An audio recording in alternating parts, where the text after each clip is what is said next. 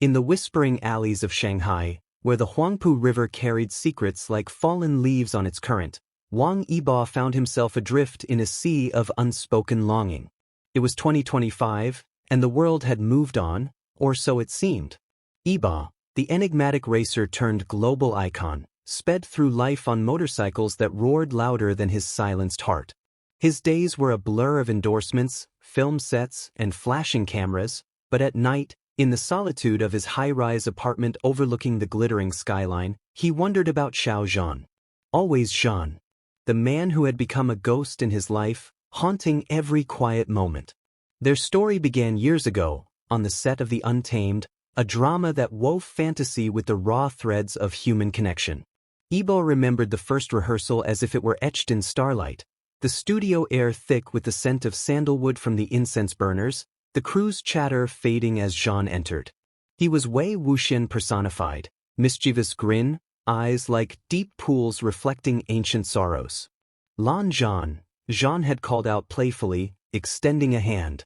Yibo, as stoic Lan Wangji, had taken it, feeling a jolt that wasn't in the script. From that touch, a bond ignited, fragile as a spider's web yet strong enough to ensnare their souls. They spent months immersed in the world of cultivation and forbidden desires. Between takes, they'd steal away to the craft services table, sharing laughs over cold noodles and warm glances.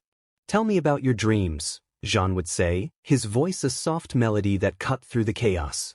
Yibo, usually guarded, opened up about his love for speed, how racing made him feel alive. Zhan shared his sketches, delicate ink drawings of mountains and rivers, symbols of escape. One evening, as the sun dipped below the horizon in a blaze of crimson, they climbed to the rooftop of the filming hotel. The city sprawled beneath them like a living tapestry. "What if we could run away from all this?" Zhan whispered, his shoulder brushing Yibo's. Their hands found each other in the twilight, fingers interlacing like roots seeking soil. No words were needed, the silence spoke of possibilities too dangerous to voice. But fame was a jealous lover. As the Untamed exploded into a cultural phenomenon, fans dubbed them Zhan, shipping their on-screen chemistry into real-life fantasies. Rumors swirled, tabloids hungered, and their agencies tightened the reins. "Keep it professional," Yibo's manager warned. Zhan faced worse, a boycott that scorched his career like wildfire, forcing him into hiding. In the aftermath, they drifted. A final message from Zhan: "Take care, Yibo. Always." Yibo stared at his phone, thumbs hovering, but fear won. He didn't reply. Silence descended, a heavy curtain between them. Now, 5 years later, that silence lingered like fog over the Bund. Yibo attended a lavish industry gala in Beijing, the kind where stars twinkled under chandeliers and deals were sealed with champagne toasts. He moved through the crowd like a panther, his leather jacket a shield against prying eyes. Across the room, he spotted Li Wei, their mutual friend from the set, a scriptwriter turned director, the bridge between their worlds. Wei's eyes lit up as Yibo approached. "Yibo, it's been ages." They clinked glasses, small talk flowing like wine. But Yibo's mind raced. "How's everyone?" he asked casually, his voice betraying nothing. Wei smiled knowingly. "You mean Zhan? He's good. Busy with his art exhibit in Hangzhou. Asked about you last week, actually. Wanted to know if you're still racing like a demon." Yibo's heart stuttered. Zhan still asked? After all this time? He forced a laugh. "Tell him I'm unbeatable." But inside, a storm brewed. Why didn't they just meet? Pride? Fear? The industry's invisible chains? That night, back in his hotel, Yibo paced the balcony, the city lights blurring through unshed tears. He pulled out his phone, scrolling through old photos, candid shots from set, Zhan mid-laugh, eyes crinkled, the two of them in costume, arms slung around each other. A memory surfaced, mind-blowing in its intensity, the night they filmed the rain-soaked fight scene. Thunder cracked overhead as scripted swords clashed, but when Zhan slipped on the wet ground, Yibo caught him for real. Their faces inches apart, rain mingling with sweat, Zhan's breath warm on his skin. "You're my anchor," Zhan had murmured, off-script. The director yelled cut, but the moment lingered, electric. Meanwhile, in Hangzhou's misty hills, Xiao Zhan wandered his studio, brushes in hand, painting landscapes that bled emotion. His career had rebuilt itself from ashes, art shows, indie films, a quiet resurgence. But success tasted hollow without Yibo's presence. He often thought of him during solitary walks along West Lake, lotus flowers blooming like forgotten promises. "How's Yibo?" he'd ask Wei during their monthly calls, voice steady but eyes distant. "Still the king of the track?" Wei would chuckle. "Thriving. Asked about your paintings. Said he'd love to see them someday." Someday. The word hung like a noose. Zhan would nod, heart aching. Why not now? The boycott had taught him caution, but this silence felt like self-inflicted exile. One fateful evening, Zhan attended a private viewing of his exhibit. The gallery was a sanctuary of soft lights and hushed whispers, his canvases depicting turbulent seas and serene skies, metaphors for his inner turmoil. As guests mingled, Wei arrived, pulling Zhan aside. "Yibo's in town for a shoot. Mentioned you again." Zhan's brush hand trembled. "What did he say?" "That he misses the old days. The rooftops, the laughs." A wave of emotion crashed over Zhan. He excused himself, stepping into the garden where lanterns swayed like fireflies. Memories flooded. A secret trip during filming to a hidden hot spring in the mountains. They soaked in steaming waters under a canopy of stars, steam rising like veils. "In another life," Yibo had said, his voice raw, "we wouldn't have to hide." Zhan had leaned in, their lips brushing in a kiss that tasted of sulfur and sweetness. A stolen moment, mind-blowing in its forbidden fire. But dawn brought reality, and they never spoke of it. Back in the gallery, Zhan composed himself. "Tell him I'm proud of him," he told Wei, "and that my door's always open." But doors remained closed. Weeks turned to months. Yibo dominated the racing circuit, his bike slicing through tracks like a blade through silk. Fans cheered, but in the pits he'd overhear whispers, "Bo Zhan forever." It stung. One race day in Suzhou, under a sky heavy with impending rain, Yibo pushed his limits. The track blurred, adrenaline surging. As he rounded a curve, a vision hit him, Zhan's face, smiling from the stands. He swerved, nearly crashing, heart pounding. It wasn't real, just a hallucination born of longing. After the win, he sought solitude in his trailer, calling Wei. "How's Zhan?" "Really?" Wei sighed. "He's okay. Painting a lot." "Asked if you're happy." Yibo's voice cracked. "Tell him to." And no. The mutual inquiries became a ritual, a thread connecting them through Wei's patient mediation.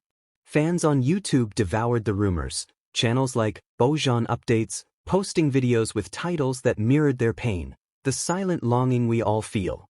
Viewers commented in droves, "This hits so hard, I have an ex I still ask about through friends, but we never meet. It's like loving a ghost." Mind-blowing how they orbit each other without colliding. Reminds me of my high school crush, always wondering, what if? The doc meeting became legend in their private mythology, a single firefly caught in a jar and then released before it could burn out. The photos that leaked were grainy, half-lit by sunset, but the internet sharpened them until every pixel bled longing. Yibo's arm around Zhan's waist, Zhan's hand fisted in the back of Yibo's shirt, foreheads touching like two halves of a broken mirror trying to remember the whole. Within hours the clip had 47 million views on Douyin, set to a slowed-down version of Wuji. The caption, added by some anonymous editor, *, they met. They left. The silence returns, *. Yibo flew to Italy the next morning for a luxury watch campaign. The Alps outside his hotel window looked like the paper-cut mountains Zhan used to sketch on napkins between takes. He shot the commercial on autopilot, silver dial catching sunlight, his smile practiced and empty, then locked himself in the suite and opened the painting he'd bought in Hong Kong. It was propped against the wall now, the two silhouettes almost touching but separated by a brushstroke of indigo storm.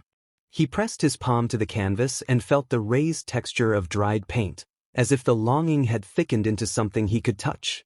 Across the world, Zhan was in Vancouver, filming a bilingual thriller about a pianist who loses his hearing.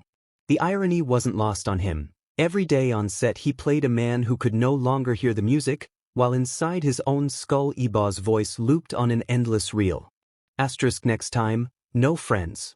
Just us. Asterisk he wore noise-canceling headphones between takes, but they didn't block the memory of Yibo's breath against his ear on that dock, warm and trembling. Wei became the reluctant postman again. A voice memo from Yibo, sent at 3 a.m. Milan time. Asterisk tell him the painting is on my bedroom wall now. Tell him I fall asleep looking at it. Asterisk. Wei forwarded it. Zhan listened in his trailer, rain drumming on the tin roof like impatient fingers. He recorded his reply without thinking. Asterisk tell him I started a new series. All storms. All indigo. All him. Asterisk. Wei sighed, hit send, and wondered how long two people could orbit each other before gravity finally won. Autumn arrived in layers of gold and grief. Yibo raced in Macau, the neon circuit a fever dream of speed and color. He took pole position, led every lap, but on the podium the champagne tasted like metal. A reporter asked the inevitable question, any message for Xiao Zhan after the dock photos? Yibo's smile didn't waver. Tell him the track is quieter without his laugh in the pits. The clip went viral. Zhan watched it in a hotel in Toronto, heart punching against his ribs.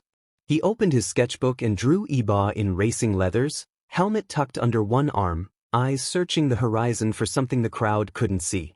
Winter came early that year. Yibo's schedule collapsed into a single point, December 21st, the shortest day, the longest night. He was booked for a New Year's countdown concert in Shanghai, headlining with a medley that included Wu Ji reorchestrated for full symphony. Rehearsals were brutal. The conductor kept stopping him, more ache, less perfection. Yibo wanted to laugh. Ache was the only thing he had in surplus. Zhan, meanwhile, had a gallery opening in Beijing on the same night. The theme, unfinished conversations. Every piece was a fragment, half a face, a single hand reaching, a mouth open mid-sentence. Critics called it his most vulnerable work. Fans called it a love letter written in negative space. The centerpiece was a diptych, one canvas storm blue, the other sunset gold, separated by a 2-inch gap of bare wall. The plaque read simply, Distance. Wei bought tickets to both events. He told no one. December 21st. Shanghai. The stadium lights were blinding, 60,000 phones glowing like a galaxy. Yibo stepped onto the hydraulic platform as it rose through smoke and strings. The orchestra swelled. When he reached the bridge of Wuji, he closed his eyes and let the note fracture, raw, unpolished, a crack in the armor. The crowd screamed, but he heard only one voice in the silence that followed, Lan Zhan. 200 kilometers away, in Beijing's 798 Art District, the gallery was packed. Zhan wore a charcoal hanfu jacket over black jeans, sleeves embroidered with tiny rabbits. Inside joke, no one else would notice. He moved through the crowd thanking patrons, but his eyes kept drifting to the diptych. At 11:11 p.m., the lights dimmed for the final performance, a live feed from Shanghai. The gallery had arranged it as a cross-city art moment. Zhan's stomach dropped. The screen flickered to life. Yibo center stage, white suit catching every shard of light. The orchestra hit the crescendo. Yibo lifted the mic, but instead of the next lyric, he spoke. This song was never just a song. It was a question I never asked out loud. The beat. The stadium held its breath. Zhanji, if you're watching, the answer is still yes. The feed cut to black. In the gallery, someone gasped. Zhan stood frozen, champagne flute trembling in his hand. Then the lights came up, and the crowd parted like theater curtains. Wei stood at the entrance, holding two things, a backstage pass for the Shanghai concert and a plane ticket leaving in 90 minutes. Zhan didn't think. He ran. Beijing Capital Airport was chaos. Holiday travelers, flashing billboards, the smell of instant noodles and panic. Zhan sprinted through security, shoes half on, heart a hummingbird against bone. The plane was boarding when he arrived, gate agent waving him through with wide eyes. He collapsed into the seat, forehead against the cold window, watching the city shrink beneath him like a memory folding in on itself. Shanghai. 11:47 p.m. The concert was winding down, encore roaring. Yibo bowed, waved, disappeared backstage. His manager tried to herd him to the car. Private jet to Seoul at 2 a.m., but Yibo's phone buzzed. Wei, look up. He stepped into the corridor. At the far end, under flickering fluorescent light, stood Zhan. Coat askew, hair wind-tossed from the helicopter ride Wei had somehow arranged, eyes red from crying or running or both. For a moment they just stared, the space between them humming like a plucked string. Then Yibo moved. Not his usual controlled stride, but a stumble, almost a fall. Zhan met him halfway. They crashed together. No cameras, no scripts, just the collision of 5 years' worth of gravity. Yibo's hands framed Zhan's face, thumbs brushing away tears that weren't his. You came, he whispered, voice shredded. I'm done asking through friends, Zhan said and kissed him,